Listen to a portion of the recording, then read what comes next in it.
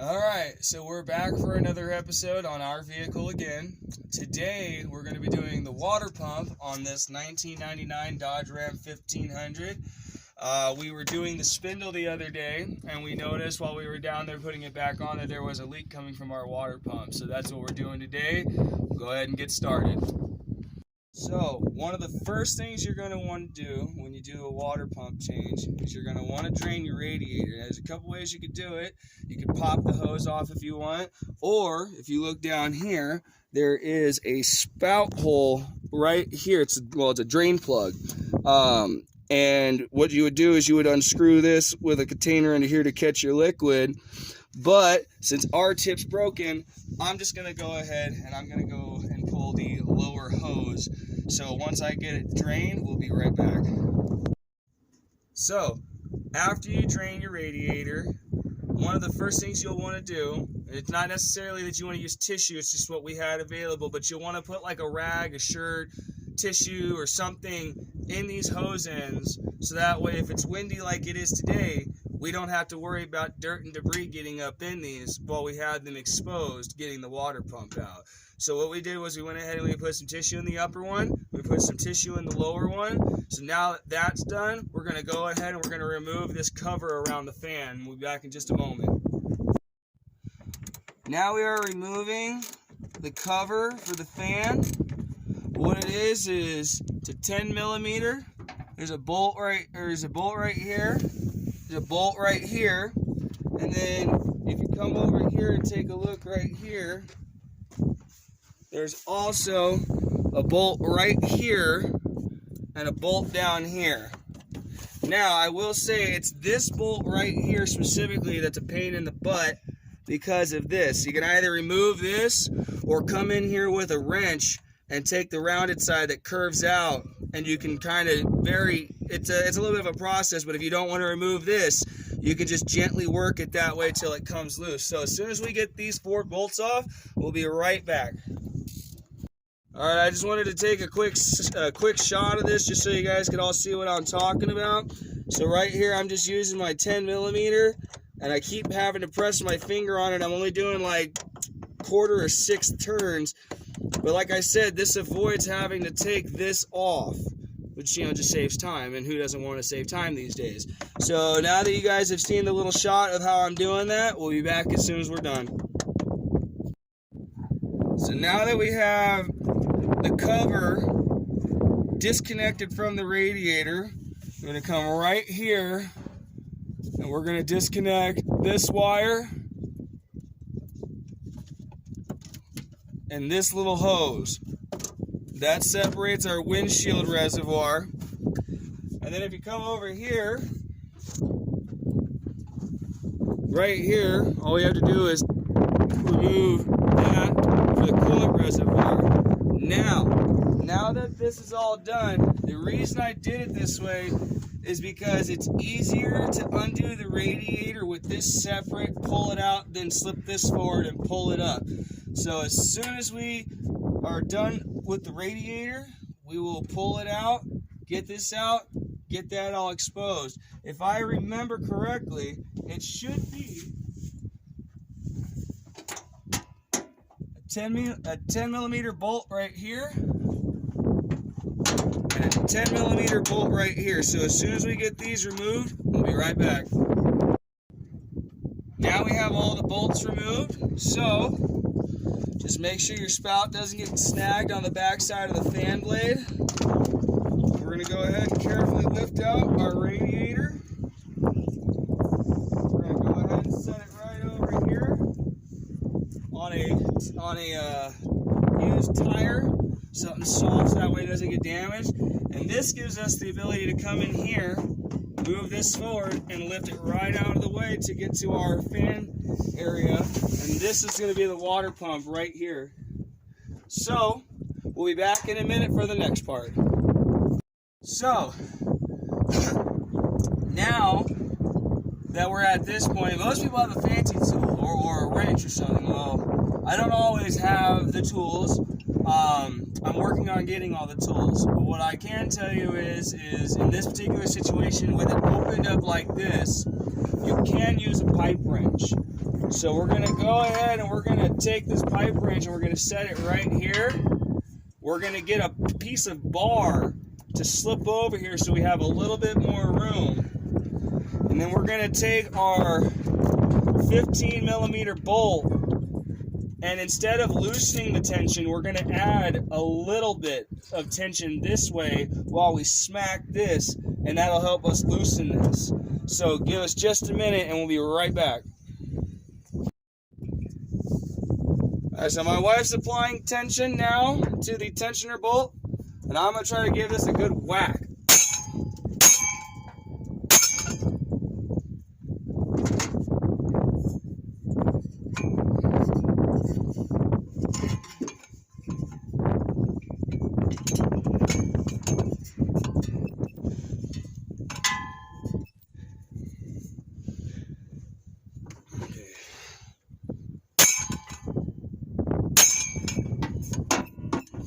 As you can see, it is a little bit of a pain in the butt. So as soon as we get it done, we'll be right back. Everybody, we were able to get it loose. As you can see, the entire bolt is spinning with the fan. So now what we're going to do is we're just going to slowly work this fan off. Just make sure you're ready so that way it doesn't drop on you, because you don't want anything getting damaged.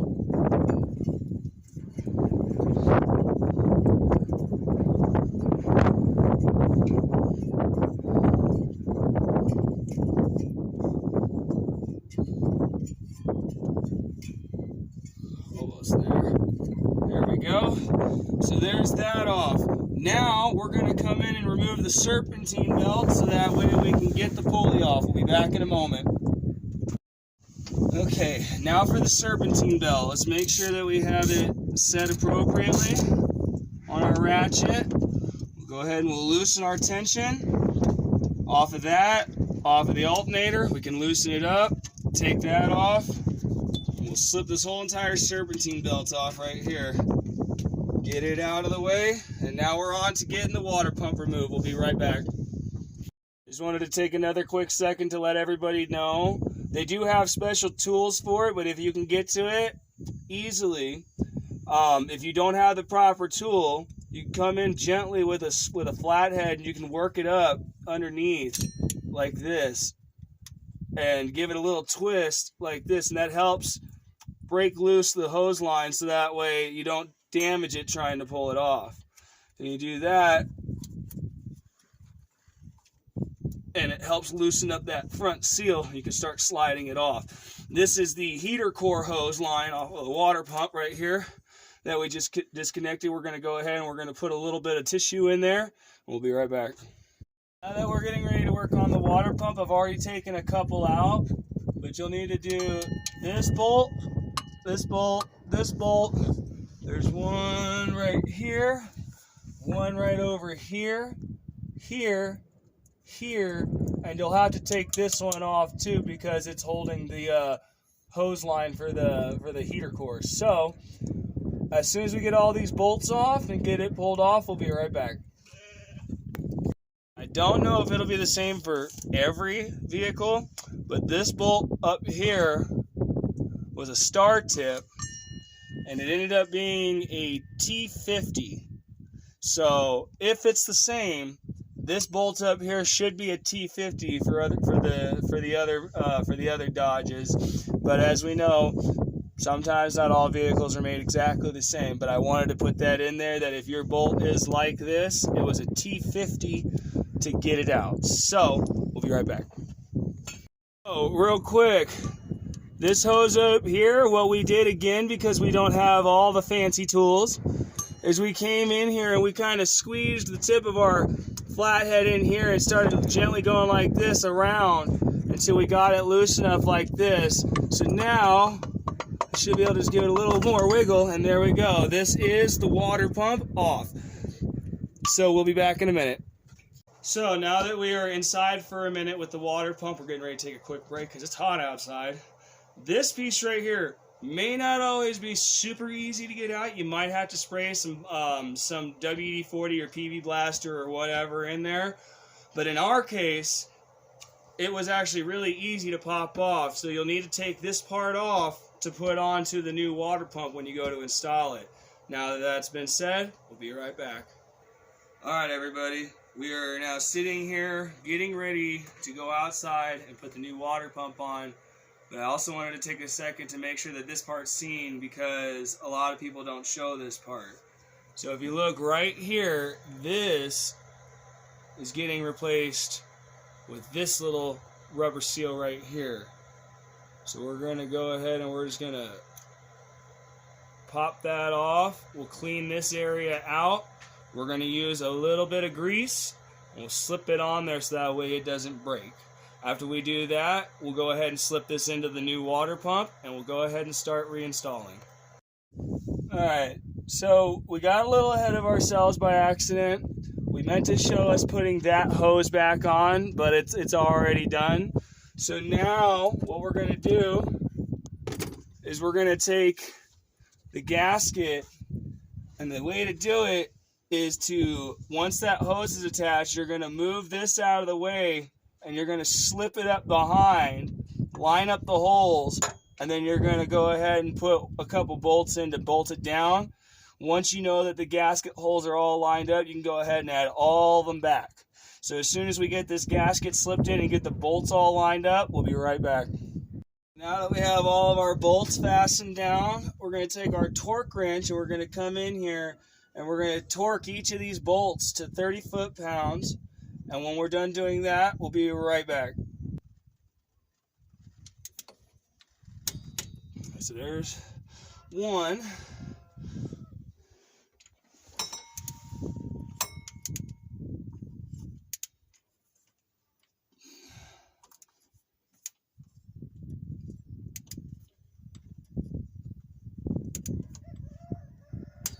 2.